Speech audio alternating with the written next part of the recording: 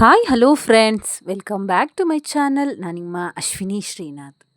ಇದೇನು ಯಾವುದೋ ಜಾತ್ರೆ ನಡೀತಾ ಇದೆ ಅನಿಸುತ್ತೆ, ಆ ವಿಡಿಯೋನ ತೋರಿಸ್ತಾ ಇದ್ದಾರೆ ಅಂತ ಅಂದ್ಕೊಂಡ್ರ? ಹೌದು, ಇದು ಕೇವಲ ಒಬ್ಬ ವ್ಯಕ್ತಿಯ ಆಗಮನಕ್ಕೆ ನಮ್ಮೂರವರೆಲ್ಲ ಸೇರಿ ಮಾಡ್ತಾ ಇರುವಂಥ ಸ್ವಾಗತದ ಜಾತ್ರೆ ಅಂತ ಹೇಳಿದ್ರು ತಪ್ಪಾಗಲ್ಲ. ಅವರ ಹೆಸರು ಮಹೇಂದ್ರ ಕುಮಾರ್. ಮೂಲತಃ ಸೊನ್ಲೆ ಗ್ರಾಮದವರು. ಈಗ ಬೆಂಗಳೂರಿನಲ್ಲಿ ಉದ್ಯಮಿಯಾಗಿ ಕೆಲಸ ಮಾಡ್ತಾ ಇದ್ದಾರೆ. ಇವರು ನಮ್ಮೂರಿನ ಕಲಾನಾಥೇಶ್ವರ ದೇವಸ್ಥಾನಕ್ಕೆ ಇವತ್ತು ಭೇಟಿ ಕೊಡ್ತಾ ಇದ್ದಾರೆ.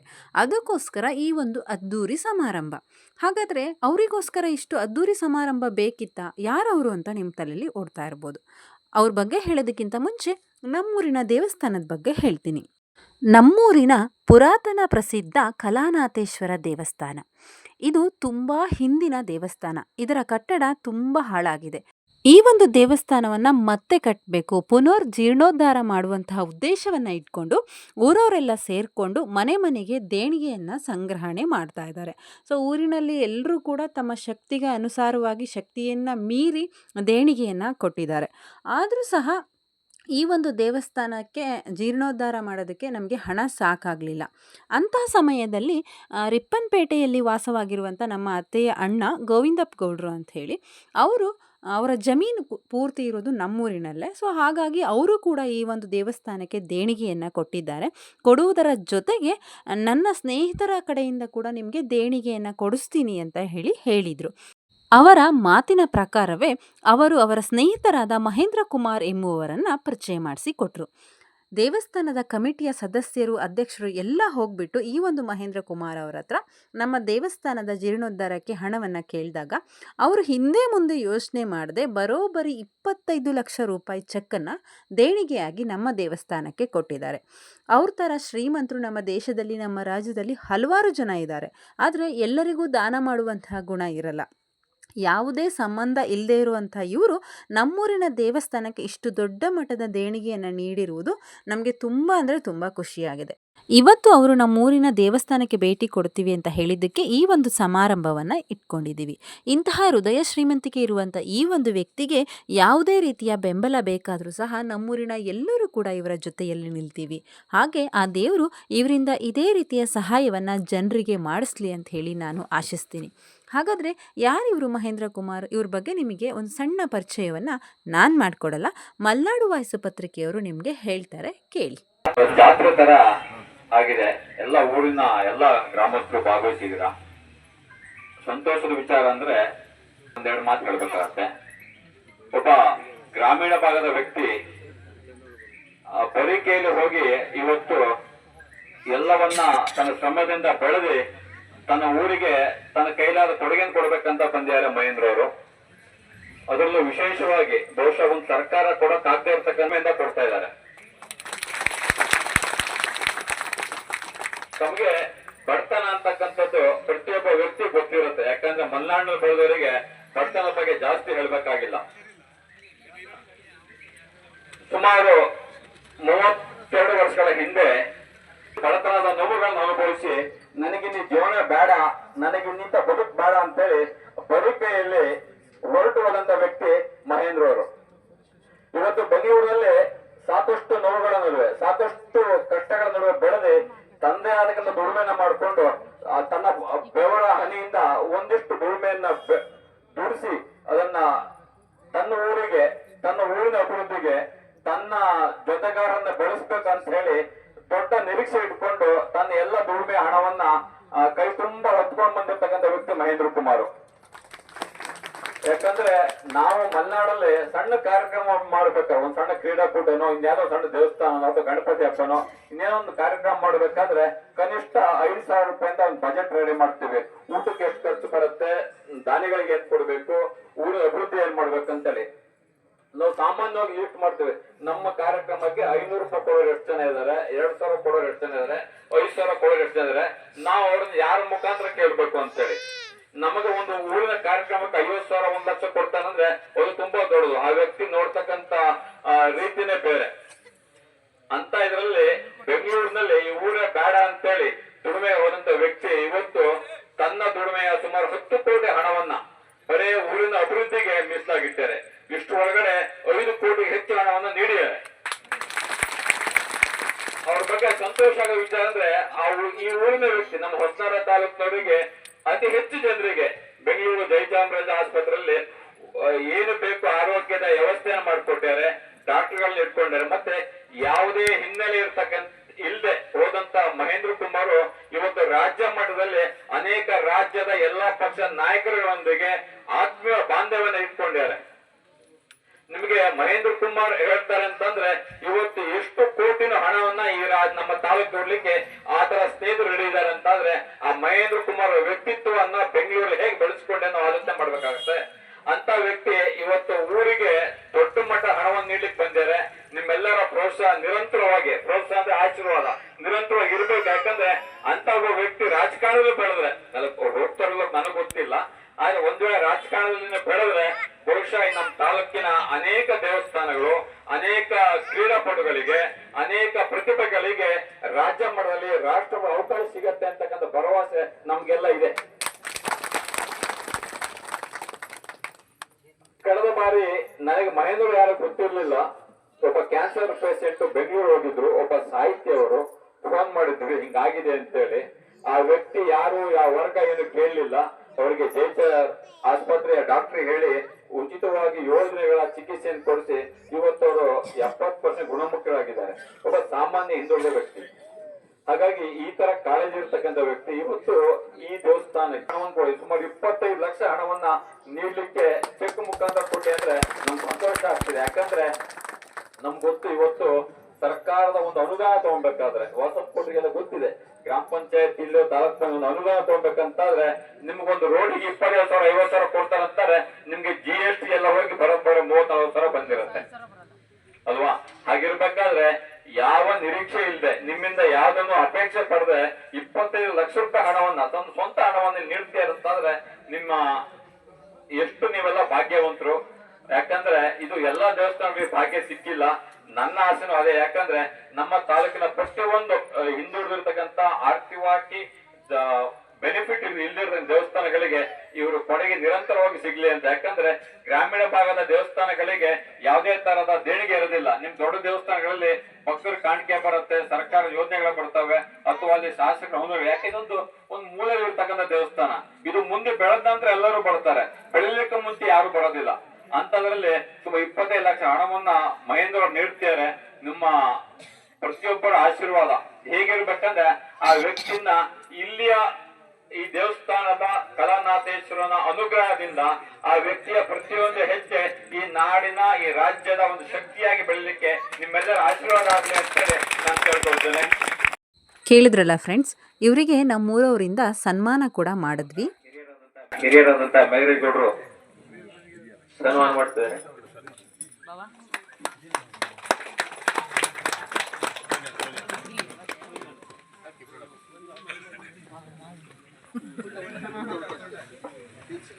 ಭಗವಂತ ಮಹೇಂದ್ರ ಗೌಡ್ರ ಅವರೇನು ಜೀವನದಲ್ಲಿ ಏನೇನು ಆಸೆ ಆಕಾಂಕ್ಷೆಗಳನ್ನು ಇಟ್ಕೊಂಡಿದ್ದಾರೆ, ಸಕಲ ಇಷ್ಟಾರ್ಥಗಳನ್ನು ಭಗವಂತ ಕಲಿನಾಥೇಶ್ವರ ಸ್ವಾಮಿ, ಇತಿಹಾಸ ಪ್ರಸಿದ್ಧವಾದಂತಹ ಕಲಿನಾಥೇಶ್ವರ ಸ್ವಾಮಿ ಅವರ ಇಚ್ಛೆಯನ್ನ ಈಡೇರಿಸಲಿ, ಅವರ ಭವಿಷ್ಯ ಉಜ್ವಲವಾಗಿರ್ಲಿ, ಅವರ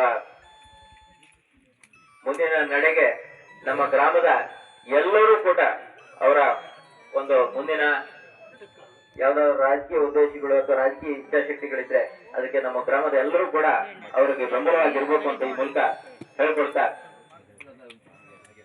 ಎಲ್ಲರೂ ಸಹಕಾರ ನೀಡಬೇಕು. ನಮ್ಮೂರವರೆಲ್ಲ ಸೇರ್ಕೊಂಡು ಅವರಿಗೆ ಸನ್ಮಾನ ಆದಮೇಲೆ ಇವತ್ತು ಅವರು ನಮ್ಮೂರಿಗೆ ಭೇಟಿ ಕೊಡ್ತಾರೆ ಅಂತ ತಿಳ್ಕೊಂಡು ಸುತ್ತಮುತ್ತ ಹಳ್ಳಿಯವರೆಲ್ಲರೂ ಕೂಡ ಅವರವರ ದೇವಸ್ಥಾನದ ಒಂದು ಜೀರ್ಣೋದ್ಧಾರಕ್ಕೆ ಸಹಾಯವನ್ನು ಕೇಳ್ಕೊಂಡು ಬಂದಿದ್ದರು, ದೇಣಿಗೆಯನ್ನು ಕೇಳ್ಕೊಂಡು ಬಂದಿದ್ದರು. ಸೊ ಅವ್ರ ಜೊತೆ ಕೆಲವರು ಫೋಟೋಸ್ ಎಲ್ಲ ತಗೊಂಡ್ರು. ಸೊ ಅದೆಲ್ಲ ಆದ ನಂತರ ಈ ಒಂದು ದೇವಸ್ಥಾನದ ಹಿನ್ನೆಲೆಯ ಬಗ್ಗೆ ನಮ್ಮೂರಿನ ಹಿರಿಯರಾದಂತಹ ಮೇಘರಾಜ್ ಗೌಡರು ಹಾಗೆ ಜಿಲ್ಲಾ ಮತ್ತು ರಾಜ್ಯ ಮಟ್ಟದ ಹೋರಾಟಗಾರರು ಕೂಡ ಇವರು ನಮ್ಮೂರಿನ ದೇವಸ್ಥಾನದ ಹಿನ್ನೆಲೆ ಬಗ್ಗೆ ಸೊ ಅವರಿಗೆ ಗೊತ್ತಿರೋ ಅಷ್ಟು ನಮ್ಮೂರಿನ ಬಗ್ಗೆ ಬೇರೆ ಯಾರಿಗೂ ಗೊತ್ತಿರಲ್ಲ. ಸೊ ಅವರು ಒಂದು 4 ಮಾತಾಡಿದ್ರು. ಇದು ಬಹಳ ಇತಿಹಾಸ ಪ್ರಸಿದ್ಧವಾದಂಥ ದೇವಸ್ಥಾನ.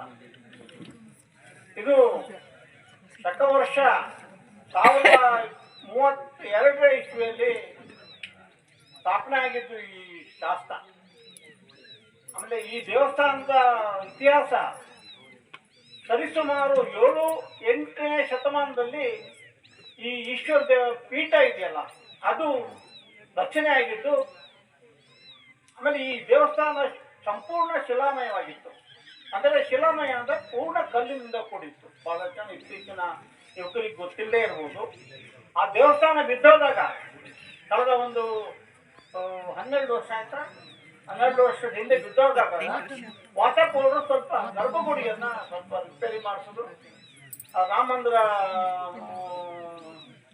ಕಲ್ಲೂರಿನಲ್ಲಿ ರಾಮ ಮಂದಿರದ ದುಡ್ಡಿನಲ್ಲಿ ರಿಪೇರಿ ಮಾಡಿಸಿದ್ರು.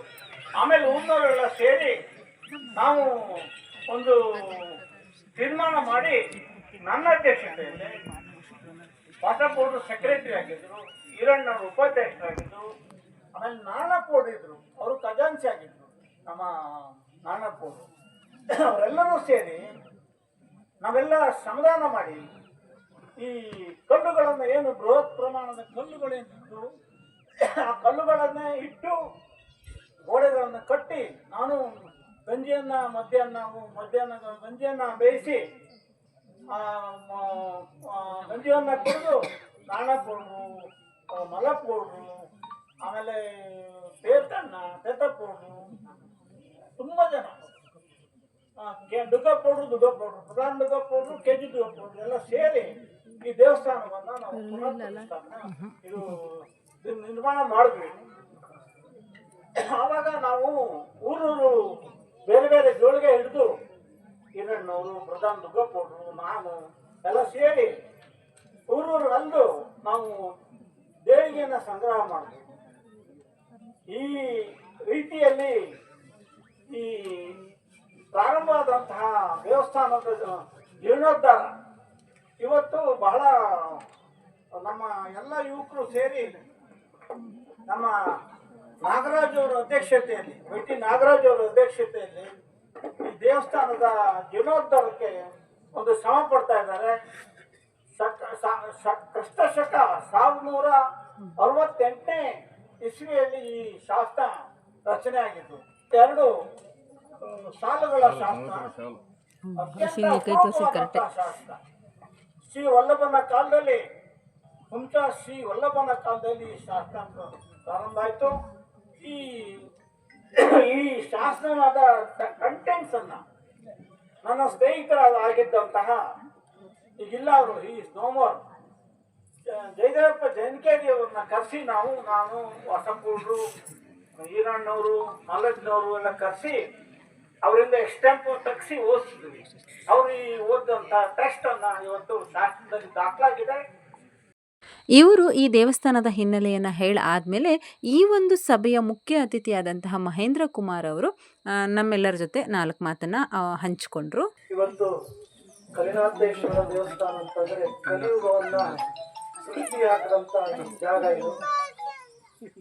ಈ ಜಾಗದಲ್ಲಿ ನಾನು ಈ ಒಂದು 10 years ಬ್ಯಾಕಲ್ಲಿ ನಾನು ಈ ಊರಿನಲ್ಲಿ ಲಾರಿಯಲ್ಲಿ ನಾನು ಉಳಿದಿದ್ದೆ.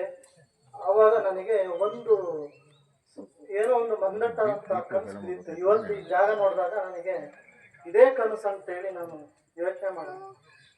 ಅದು ಇವತ್ತು ನಿಜವಾಗಿದೆ ಆ ಕನಸು. ಹಾಗಾಗಿ ಈ ದೇವಸ್ಥಾನಕ್ಕೆ ನಾನು ಡೊನೇಷನ್ ಎಷ್ಟು ಕೊಡ್ತೀನಿ ಅಂತಲೇ ನಾನು ಅಂದ್ಕೊಂಡಿರಲಿಲ್ಲ.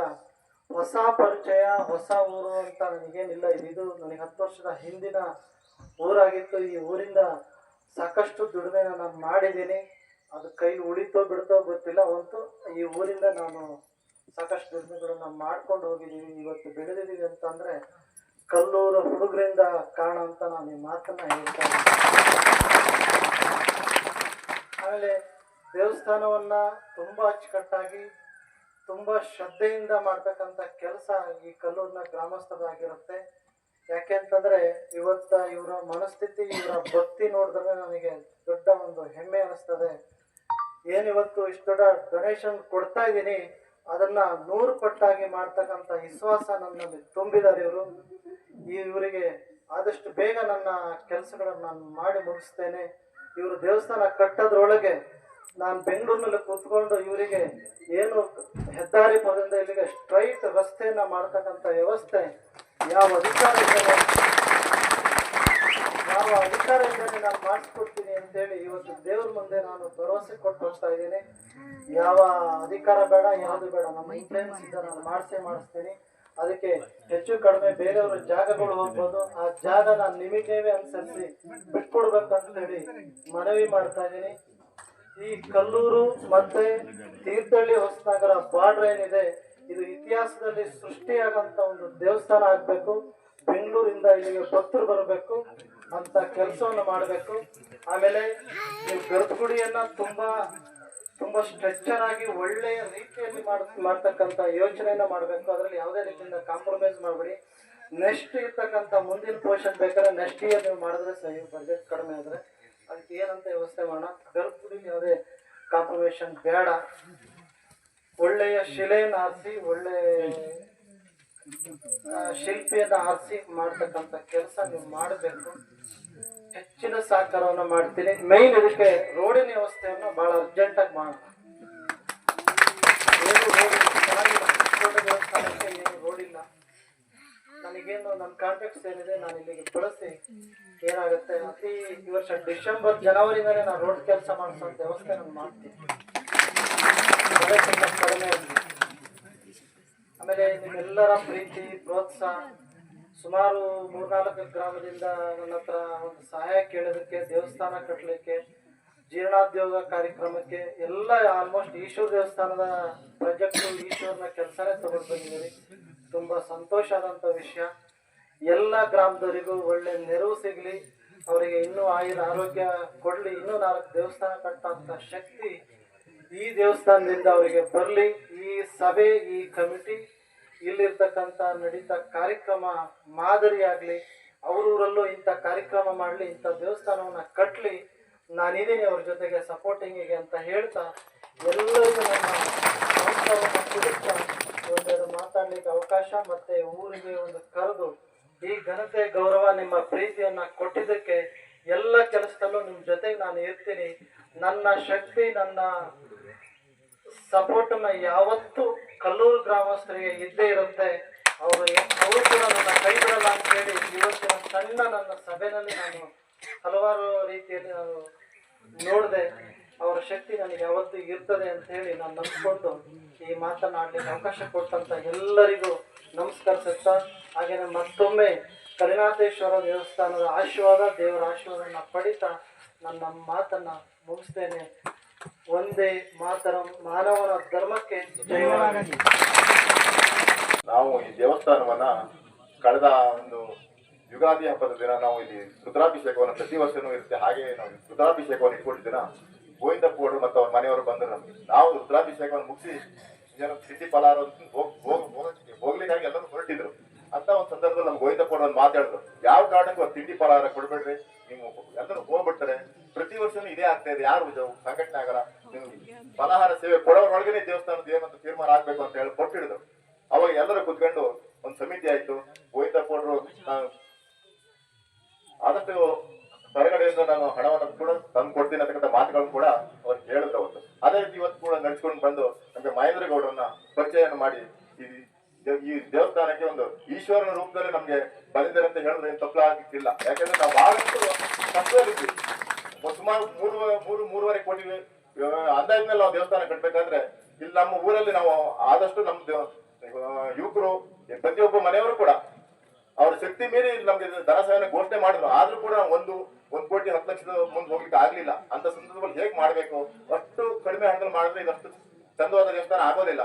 ಕನಿಷ್ಠ ಒಂದು 2.5-3 ಕೋಟಿನಾರು ಬೇಕು ಅಂತ ನಮ್ ಹಿರಿಯರೆಲ್ಲ ಹೇಳ್ತಾ ಇದ್ರು. ಅಂತ ಸಂದರ್ಭದಲ್ಲಿ ಈ ಒಂದು ದೇಣಿಗೆ ನಮ್ಗೆ ನಿಜವಾಗ್ಲೂ ದೊಡ್ಡ ಒಂದು ಶಕ್ತಿ ಆಯ್ತು. ನಮ್ಗೆ ದೇವಸ್ಥಾನ ಕಟ್ಟಲಿಕ್ಕೆ ಈಗಾಗಲೇ ಸ್ಟಾರ್ಟ್ ಮಾಡ್ಲಿಕ್ಕೆ ಕೂಡ ಒಂದು ಅನುಕೂಲ ಆಯ್ತು. ಹಾಗೇನೆ ನಮ್ಮ ಭಕ್ತರೆಲ್ಲ ಇನ್ನೊಂದು ಮಾತನ್ನು ಕೇಳ್ಕೊಳ್ಳೋದೇನಂದ್ರೆ, ದಯಮಾಡಿ ಎಲ್ಲ ನಮ್ಮ ಊರಿನ ಗ್ರಾಮಸ್ಥರು ಆದಷ್ಟು ನಿಮ್ಮ ಘೋಷಣೆ ಮಾಡಿರ್ತಕ್ಕಂಥ ದೇಣಿಗೆ ಹಣದಲ್ಲಿ ಅರ್ಧ ದೇಣಿಗೆ ಹಣವನ್ನು ಕೊಟ್ಟು ನಮ್ಗೆ ಅಕ್ಟೋಬರ್ ನಲ್ಲಿ ನಮ್ಮ ದೇವಸ್ಥಾನವನ್ನು ವಿಸರ್ಜನೆ ಮಾಡಿ ಈ ಕಟ್ಟಡ ಕಾಮಗಾರಿಯನ್ನ ನಾವು ಕೈಗೆತ್ತಿಕೊಳ್ಳಿಕ್ಕೆ ನೀವೆಲ್ಲರೂ ಸಹಾಯ ಮಾಡ್ಬೇಕು ಅಂತ ಹೇಳಿ ನಿಮ್ಮಲ್ಲಿ ಕೇಳ್ಕೊಂಡು ನಿಮ್ಮೆಲ್ಲರಿಗೂ ಒಂದಿಷ್ಟು 2 ಮಾತು ಮುಗಿಸ್ತೇನೆ. ಜೈ ಹಿಂದ್.